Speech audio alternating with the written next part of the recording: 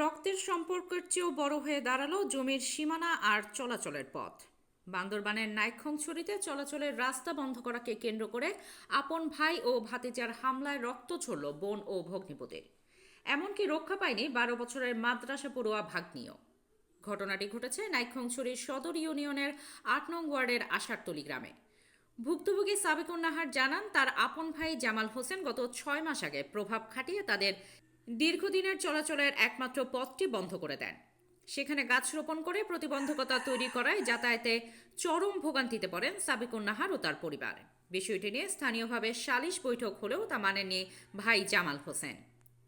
সাবিকুন নাহারের অভিযোগ, সম্প্রতি পুনরায় রাস্তাটি খুলে দেওয়ার অনুরোধ করলে ভাই জামাল হোসেন, তার স্ত্রী সৈয়দা খাতুন ও ছেলে দেলোয়ার হোসেন দেশীয় অস্ত্র নিয়ে তাদের উপর ঝাঁপিয়ে পড়ে।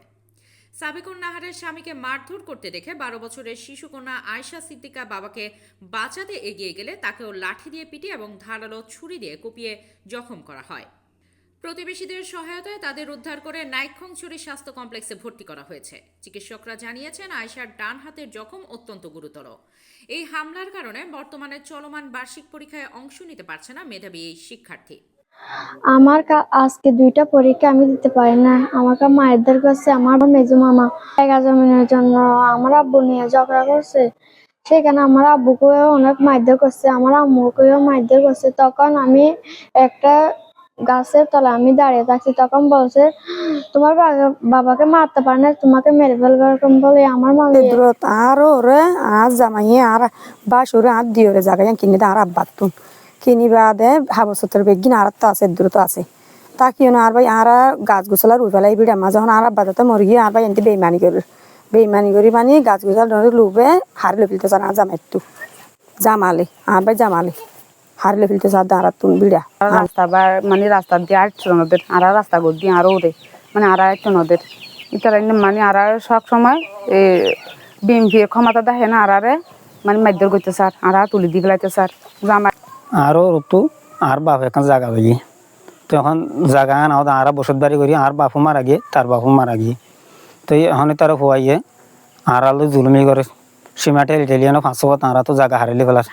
আর জামালে তো এই আর আর ইতার গতন বংরি আই না আর মারে তো আর মারে আর যারফা নেলি না যারফা সুরালে তো যারফা কুমাইছে আর 500 বাড়ি মারে চেঁচাই না আর জাগা দুলন যাতে আর ফজার হওয়ার পরীক্ষা দিনে রাজ্যে 2-3 দিন ভরি আর একদিন হস্টত আছি আর বা এটা জায়গায় আনলো বহুত আরো 2-3 বার হয়ে যাই এতে আর 12 সীমা টেলে এখন আজ 7 মাস ভরি গিরা দিবে আর এখন আড়া গুড়া করি না আর ফতিয়াম ভাই।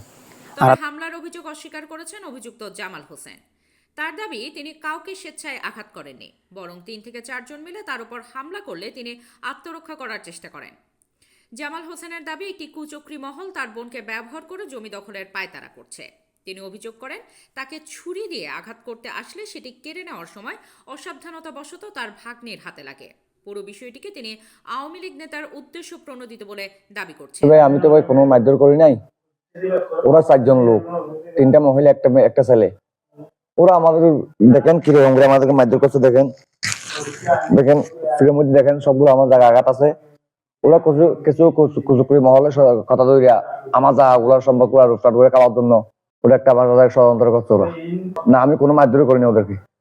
অভিযোগ করছে ওরা করে নাই, ওদেরকে করাইছে যে একটা দূষণ ওরা করাইছে তানায় এসে, ওরা অভিযোগ করে নাই।